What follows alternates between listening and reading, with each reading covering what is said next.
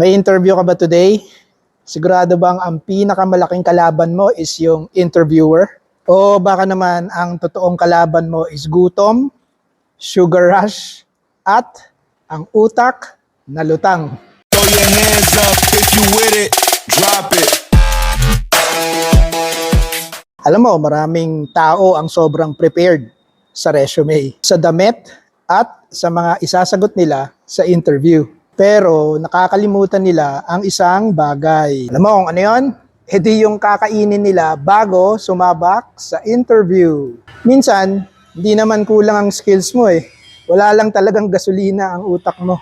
Imaginein mo to, alas 12 ang interview mo. Dahil kabado ka, hindi ka nag-almusal.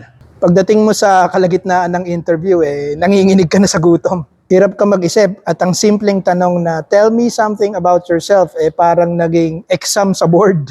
Ito ang practical advice ko sa iyo, papi. 2 o hanggat 3 oras bago ang interview, kumain ka ng pagkain na magbibigay ng steady energy sa utak mo. Una, kumain ka ng may protina, pwedeng itlog, manok, isda, tuna. Ang protein kasi, tinutulungan yan ang utak mong maging alerto. Pangalawa, wag puro matamis. Iwasan mo muna yan donut, milk tea, o kaya yung mga pastries. Kasi tataas yung energy mo ng mabilis, pero babaksak din agad. Siyempre, ayaw mo ma-mental block sa kalagitnaan ng interview, di ba? Pangatlo, kumain ka ng tamang carbohydrates. Oatmeal, kamote, saging, o kaya brown rice kung meron. Ito yung magsisilbing panggatong ng utak mo para makapag-isip ka ng malinaw. At ang pang-apat, syempre, wag mong kalimutan ang tubig. Minsan kasi akala natin kinakabahan tayo, yung pala dehydrated lang tayo. At ito pa ang isang tip na natutunan ko sa maraming taon ng pagtatrabaho. Wag na wag kang pumasok sa interview ng busog na busog. Yung tipong 2 plato ng tapsilog at extra rice yung kinain mo. Kasi habang sumasagot ka, yung kalahati ng energy mo ay napupunta sa pagtunaw ng pagkain. Ang goal mo hindi mabusog.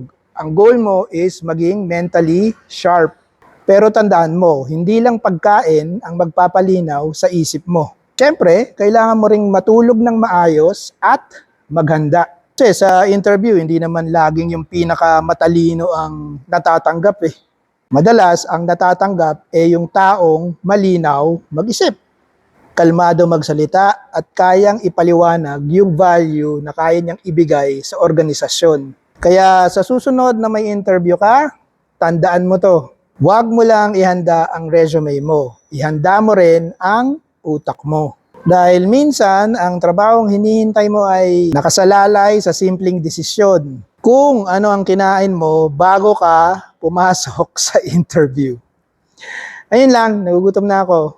Follow and subscribe for more. Till the next Budol. Peace!